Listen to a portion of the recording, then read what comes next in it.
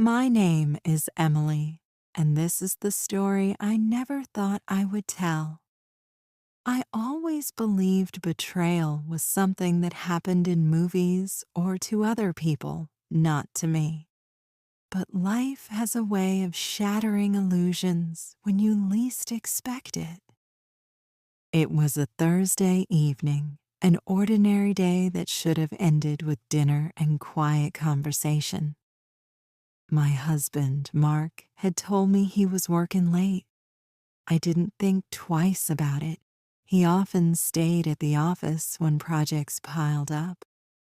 But something inside me, a strange pull I couldn't explain, made me drive past his workplace on my way home.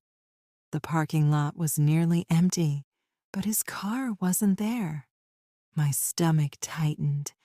I told myself he could have parked somewhere else, but doubt crept in like a shadow I couldn't push away. On impulse, I called his phone. He didn't answer. Instead, he sent a quick text. Busy in a meeting. Call you later. But his words didn't match what I was seeing. My hand shook as I gripped the steering wheel. I didn't drive home. Instead, I followed the nagging voice inside me and turned toward the small cafe near the edge of town. It was a place we used to go when we were dating, back when love was new and easy. I parked across the street, and that's when I saw him. Mark, my husband, sitting at a corner table, leaning in close to a woman I had never seen before. She was younger, her laughter soft, her hand resting lightly on his arm. And he let her. He smiled in that way I thought was only mine. The sight hit me like a punch. For a moment I couldn't breathe. The world blurred and my chest burned with a pain I had no words for. I wanted to storm inside, to scream, to ask why. But my body wouldn't move. I sat frozen, watching the life I thought I had unraveled through a glass window. Finally, I gathered the courage to walk in. The bell above the door chimed, and both their heads turned. His face drained of color the moment he saw me.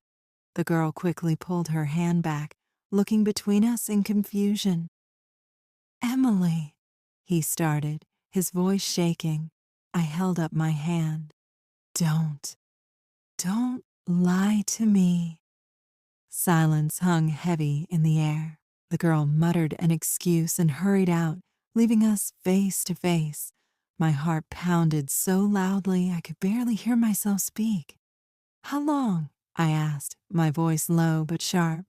Mark looked down, unable to meet my eyes. "It's not what it looks like," he whispered. But it was. It was exactly what it looked like, and his silence told me everything I needed to know. I left before he could follow. My tears blurred the road as I drove home, every memory of us crashing down around me. The laughter we once shared, the promises he made, the vows we spoke, all of it suddenly felt hollow. That night, I sat on the floor of our bedroom with the wedding photo in my hands. We looked so happy, so certain. I wanted to step into that picture and warn the girl I used to be, to tell her that love is not always enough, that trust can break quietly until it shatters in one single moment. The days that followed were heavy with silence. Mark tried to explain, to apologize, to promise it would never happen again.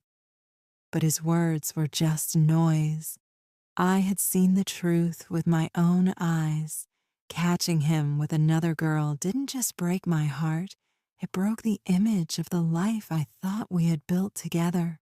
And maybe, in the quiet ruins of that moment, I found something stronger than anger or grief.